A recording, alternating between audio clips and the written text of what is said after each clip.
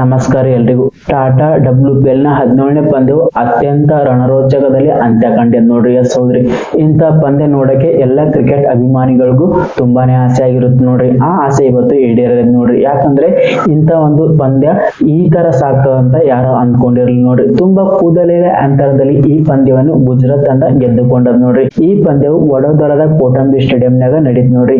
ಜೆಮಿಮಾ ಅವರು ಟಾಸ್ ಗೆದ್ದು ಬೌಲಿಂಗ್ ಆಯ್ದುಕೊಂಡ್ರು ನೋಡ್ರಿ. ಹಿಂಗಾಗಿ ಏನ್ ಮಾಡ್ತೀರಿ, ಗುಜರಾತ್ ತಂಡ ಮೊದಲು ಬ್ಯಾಟಿಂಗ್ ಇಳಿತು ನೋಡ್ರಿ. ಗುಜರಾತ್ ತಂಡವು ತನ್ನ 20 ಓವರ್ಗಳಲ್ಲಿ 9 ವಿಕೆಟ್ ಕಳೆದುಕೊಂಡು 174 ರನ್ಗಳನ್ನು ಗಳಿಸಿತು ನೋಡ್ರಿ. ಈ 174 ರನ್ಗಳಲ್ಲಿ ಬೇತ್ ಮೂರ್ನಿ ಅವರ 58 ರನ್ಗಳ ಕೊಡುಗೆ ಮತ್ತು ಅನುಷ್ಕಾ ಶರ್ಮಾ ಅವರ 39 ರನ್ ಮತ್ತು ತನುಜಾ ಕನ್ವರ್ ಅವರ 21 ರನ್ಗಳ ಕೊಡುಗೆಯಿಂದ ಏನ್ ಮಾಡ್ತೀರಿ, ಗುಜರಾತ್ ತಂಡ 20 ಓವರ್ಗಳಲ್ಲಿ 9 ವಿಕೆಟ್ ಕಳೆದುಕೊಂಡು 174 ರನ್ ಗಳಿಸಿತು ನೋಡ್ರಿ. ಹಿಂಗಾಗಿ 175 ರನ್ಗಳ ಟಾರ್ಗೆಟ್ ಗುರಿಯನ್ನು ಏನ್ ಮಾಡ್ತೀರಿ, ಡೆಲ್ಲಿ ತಂಡಕ್ಕೆ ಗುಜರಾತ್ ತಂಡ ನೀಡಿತು ನೋಡ್ರಿ. 175 ರನ್ಗಳ ಟಾರ್ಗೆಟ್ ಗುರಿಯನ್ನು ಬೆನ್ನು ಹತ್ತಿದ ಡೆಲ್ಲಿ ತಂಡವು 100 ರನ್ಗಳಿಗೆ 6 ವಿಕೆಟ್ ಕಳೆದುಕೊಂಡು ಸಂಕಷ್ಟದಾಗಿತ್ತು ನೋಡ್ರಿ. ಈ ಹಂತದಲ್ಲಿ ಡೆಲ್ಲಿ ತಂಡಕ್ಕೆ ಜೊತೆಯಾದವರು ಸ್ನೇಹಾ ರಾಣಾ ಮತ್ತು ಕರ್ನಾಟಕದ ಹುಡುಗಿ ನಿಕ್ಕಿ ಪ್ರಸಾದ್ ನೋಡ್ರಿ. ಈ ಇಬ್ಬರು ಆಟಗಾರ್ತಿಯರು ಕೇವಲ 31 ಎಸೆತಗಳಲ್ಲಿ 70 ರನ್ಗಳ ಜೊತೆ ಆಟದಿಂದ ಈ ಪಂದ್ಯವನ್ನು ಕೊನೆಯ ಓವರ್ ವರೆಗೂ ತಂದಿಟ್ರು ನೋಡ್ರಿ. ಹೌದ್ರಿ, ಡೆಲ್ಲಿ ತಂಡಕ್ಕೆ ಈ ಪಂದ್ಯವನ್ನು ಗೆಲ್ಲಲು ಕೊನೆಯ 2 ಓವರ್ಗಳಲ್ಲಿ 29 ರನ್ಗಳ ಅವಶ್ಯಕತೆ ಇತ್ತು ನೋಡ್ರಿ. 19ನೇ ಓವರ್ ಎಸೆಯಲು ಬಂದ ಗುಜರಾತ್ ಜೇಮ್ಸ್ ತಂಡದ ನಾಯಕಿ ಆಶ್ ಗಾರ್ಡ್ನರ್ ಅವರು 20 ರನ್ಗಳನ್ನು ಬಿಟ್ಟು ಕೊಟ್ಟರು ನೋಡ್ರಿ.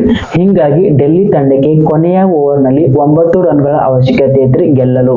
ಗುಜರಾತ್ ತಂಡದ ಪರವಾಗಿ 20ನೇ ಓವರ್ ಬೌಲಿಂಗ್ ಮಾಡಲು ಬಂದಿದ್ದು ಅನುಭವಿ ವೇಗದ ಬೌಲರ್ ಸೋಫಿ ಡಿವೈನ್ ನೋಡ್ರಿ. ಹೌದ್ರಿ, ಈ ಸೋಫಿ ಡಿವೈನ್ ಅವರು 2026ರ ಆವೃತ್ತಿಯ ಮೊದಲ ಗುಜರಾತ್ ಮತ್ತು ಡೆಲ್ಲಿ ತಂಡಗಳ ನಡುವೆ ನಡೆದ ಪಂದ್ಯದಲ್ಲಿ 4 ರನ್ಗಳಿಂದ ಗೆಲುವನ್ನು ತಂದು ಕೊಟ್ಟವ್ರಿ. ಅದು ಗುಜರಾತ್ ತಂಡಕ್ಕೆ.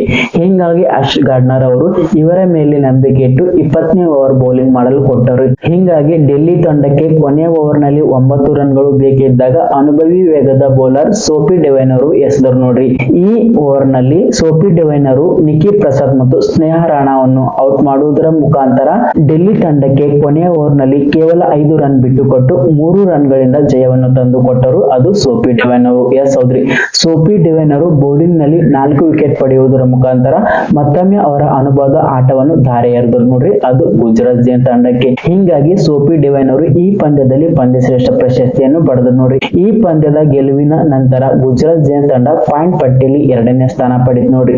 ಪಾಯಿಂಟ್ ಪಟ್ಟಿಯಲ್ಲಿ 1ನೇ ಸ್ಥಾನದಲ್ಲಿರುವುದು RCB ತಂಡ, ಪಾಯಿಂಟ್ ಪಟ್ಟಿಯಲ್ಲಿ 2ನೇ ಸ್ಥಾನದಲ್ಲಿರೋದು ಗುಜರಾತ್ ಜೇಮ್ಸ್ ತಂಡ, ಪಾಯಿಂಟ್ ಪಟ್ಟಿಯಲ್ಲಿ 3ನೇ ಸ್ಥಾನದಲ್ಲಿರೋದು ಮುಂಬೈ ಇಂಡಿಯನ್ಸ್ ತಂಡ ನೋಡ್ರಿ.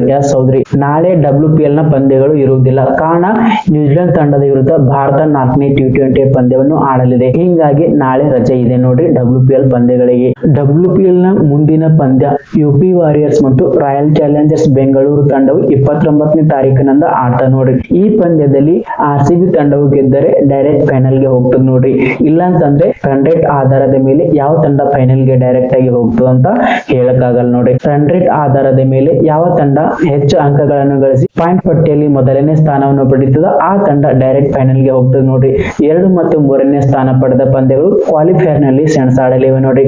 ಆ ಕ್ವಾಲಿಫೈಯರ್ ಪಂದ್ಯದಲ್ಲಿ ಯಾವ ತಂಡ ಗೆಲ್ಲುತ್ತದೆ ಆ ತಂಡ ಫೈನಲ್ ನಲ್ಲಿ ಸೆಣಸಿ ಕಪ್ ಗೆಲ್ಲಲಿದೆ ನೋಡ್ರಿ. ಇದು ಇವತ್ತಿನ ವಿಡಿಯೋ. ಮತ್ತೆ ಮುಂದಿನ ವಿಡಿಯೋದೊಂದಿಗೆ ನಿಮ್ಮನ್ನು ಭೇಟಿ ಆಗ್ತೀನಿ. ಪ್ಲೀಸ್ ದಯವಿಟ್ಟು ನೀವೆಲ್ಲರೂ ನನ್ನ ಚಾನಲ್ಗೆ ಸಬ್ಸ್ಕ್ರೈಬ್ ಆಗಿ ಶೇರ್ ಮಾಡಿ ಕಮೆಂಟ್ ಮೂಲಕ ನನ್ನ ವಿಡಿಯೋ ಯಾವ ರೀತಿ ಅದಂತ ನೀವು ಹೇಳ್ರಿ ಅಂತ ಹೇಳ್ತಾ ನಾನು ಇವತ್ತಿನ ವಿಡಿಯೋನ ಮುಗಿಸ್ತೀನಿ. ನಮಸ್ಕಾರ.